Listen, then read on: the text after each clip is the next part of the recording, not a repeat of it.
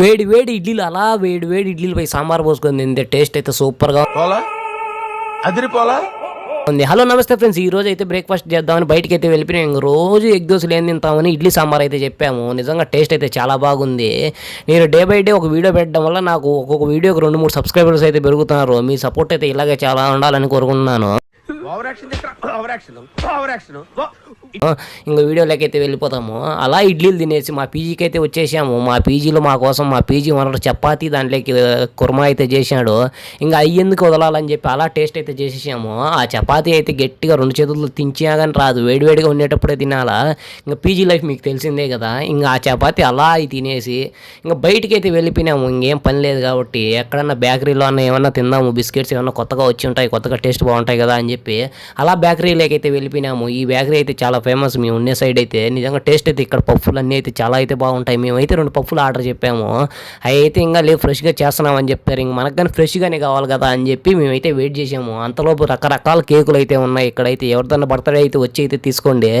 రకరకాల కూల్ కేకులు, నార్మల్ కేకులు అయితే ఉన్నాయి. మా ఫ్రెండ్ అయితే ఫ్రిడ్జ్ ఓపెన్ చేసి కూల్ కేక్ దగ్గర పెట్టి వీడియో తీరా అంటున్నాడు. వాళ్ళైతే చూశారంటే మనకు నెట్లో కేక్ పెట్టి కుక్కుతారు. అది కానీ ఏదన్నా అయితే అందుకని నేను తెలియదు. ఇంకా వెజ్ పఫ్ అయితే వచ్చేసింది. చూడండి అది ఎంత బాగుంది. వెజ్ పఫ్ అయితే వేడిగా నిజంగా వెజ్ పఫ్ అయితే టేస్ట్ అయితే చాలా బాగుంది. మా వాడైతే దాని మీద డిజైన్ అయితే చేశాడు, సాస్ వేసి అన్నీ వేసి.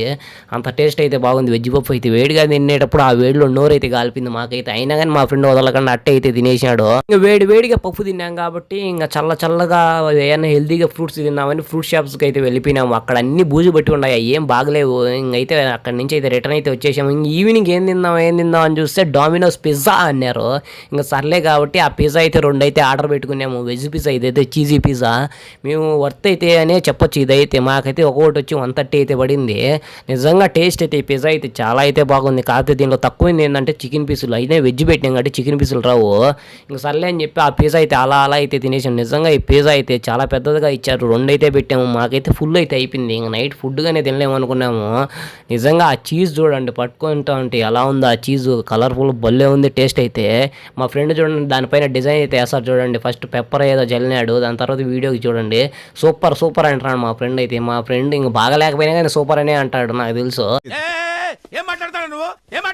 ఇంక సర్లే అయితే నేనైతే టేస్ట్ చేశాను. నిజంగానే టేస్ట్ అయితే ఇదైతే చాలా అయితే బాగుంది. ఇంకా వేడిగా పిజ్జా తిన్నాం కాబట్టి ఇంకా మాకు చల్లగా జ్యూస్ కావాలి ఖచ్చితంగా. ఇంకా రోజు థమ్స్అప్ ఏం తాగుతామని చెప్పి బయటికి తెలిపి ఇది హెల్తీగా ఉంటుందని చెప్పి చియా సీడ్స్ జ్యూస్ అయితే తెచ్చుకున్నాము. ఇదైతే చాలా బాగుంది. వీడియో నచ్చితే లైక్, షేర్ చేసి సబ్స్క్రైబ్ చేయండి.